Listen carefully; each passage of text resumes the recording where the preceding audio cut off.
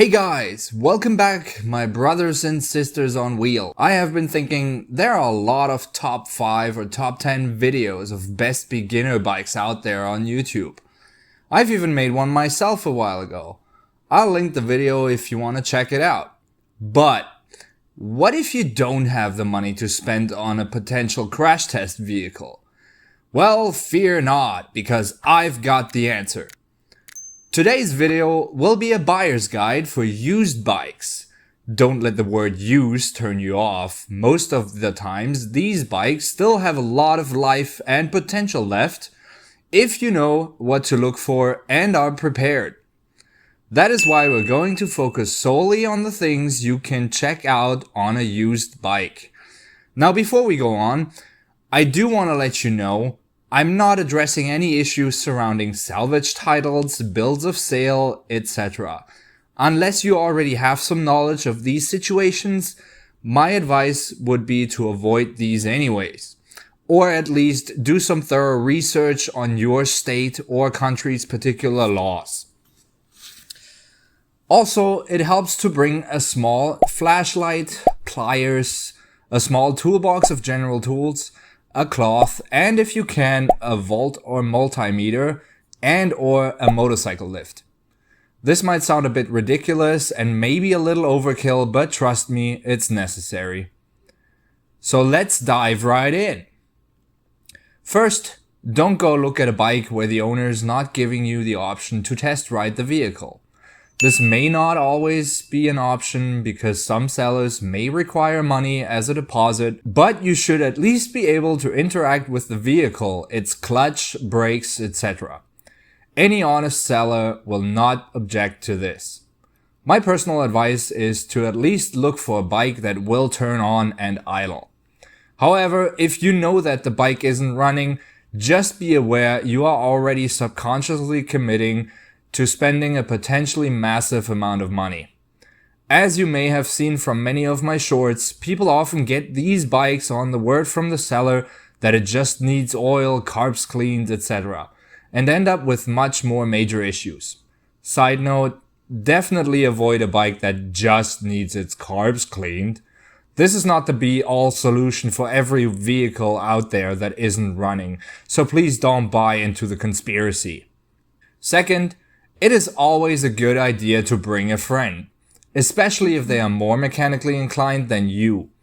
In any case, if the bike you're looking at can be ridden home and you have enough riding experience, your companion can simply be your taxi. Either way, 4 eyes see more than 2, especially if you get blinded by a bargain. The other person may notice flaws and be able to bring them to your attention. Whoever you choose, it is best to make sure they have some knowledge over bikes, or at the very least, motor vehicles. You may even be able to find a local bike mechanic that is willing to accompany you for a small travel fee. Thirdly, this is partially related to my second point and more of an elaboration. I cannot stress how important it is to thoroughly investigate the bike you plan to purchase as much as possible. Don't be blinded by first impressions. You should always start by inspecting the physical condition of the paint or any chrome parts. Is it chipped or scratched?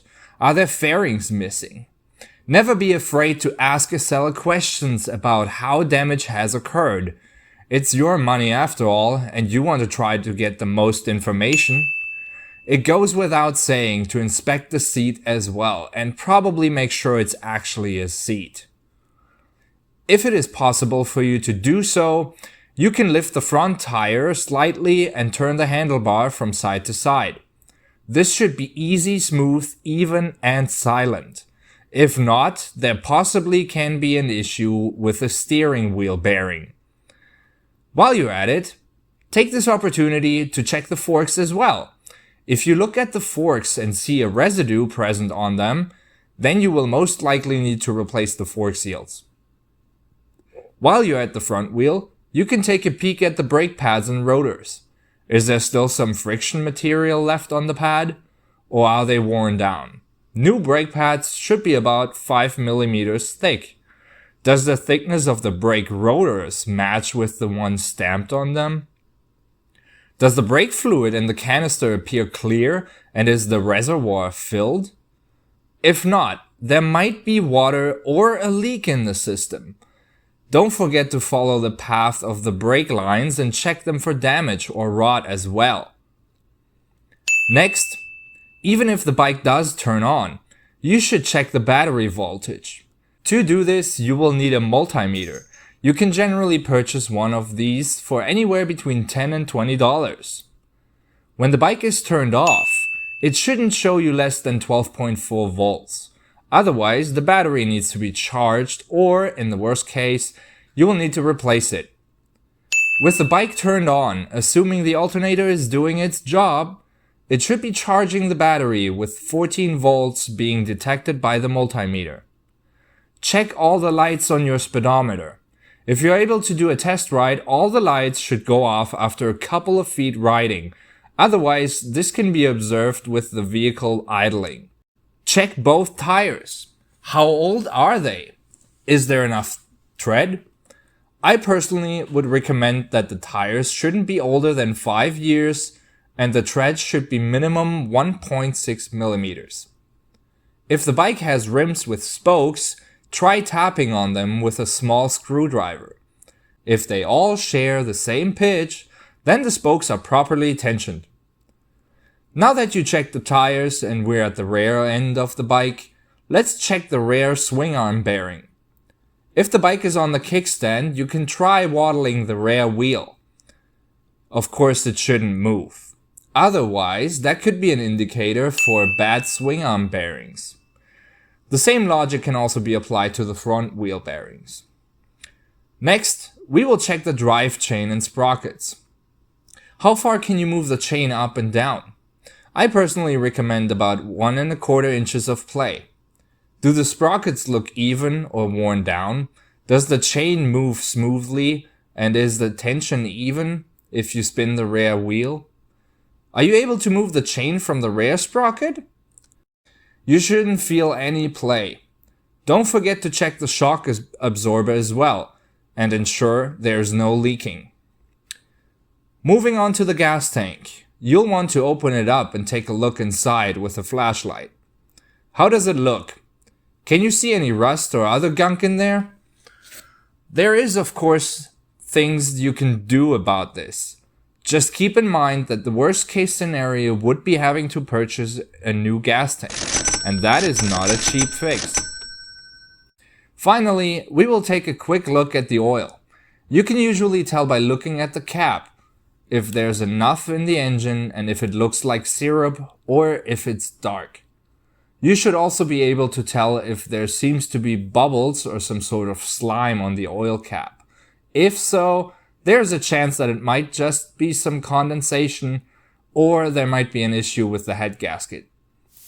If you start the engine and notice some white, bluish or blackish smoke, that bike has other problems like, as I mentioned, the head gasket, airflow problems, or maybe piston rings or valve stem seals. When idling, the engine should always run smoothly and calmly. If not, the carbs might just need to be cleaned. Just kidding. If and when you're able to test ride the bike, make sure it feels good. This might be difficult for new riders, but still, there are some basics and very obvious signs to look for. Does it accelerate evenly without a stutter or drag? How does it feel when you drive off from a standstill? How responsive are the brakes?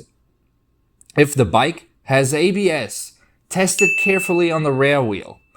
Turn on and off the electric consuming components such as lights, high beam, blinkers, horn, etc. Listen closely to the bike. Does it sound good? Not good as in, the exhaust sounds awesome. No, more as in, can you hear any other noises coming from the engine? Clicking, knocking, grinding, clunking, or anything else? A short test ride of about 3 miles is enough in most cases to reveal the truth. You will still always need to do a more thorough inspection upon purchasing a bike. None of this advice is meant to be taken 100% literally. It will just provide a starting point for you or your mechanic. With all that being said, you now have a few tools and bits of wisdom to help you decide if the next used bike you want to get actually is worth your money. Before you go, a heartfelt thank you to our 80 subscribers. Thank you so much for your support. Like and share so we get more people to subscribe, as we will do a giveaway once we reach 100 subscribers. For upcoming giveaways in the future, you should check out our Patreon as well, as it allows you to get more content, multiple entries, and other rewards dependent on your tier of choice. What you will be able to win for the 100 subscriber giveaway is to be announced in the 100 subscriber video. In the meantime, you should also take a look at our Etsy store for merch. It really supports the channel. And we upload new designs frequently, so definitely give that a look if you're looking for unique motorcycle merch. If you guys want to decide on what designs or merch you want to see, please let us know in the comments, because we love to hear from you. If you watched my entire video and found this information useful, don't forget to like and subscribe.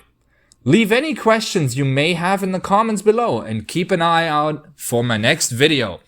Until then, keep the rubber down and smile up. We'll see each other on the road. Stay safe.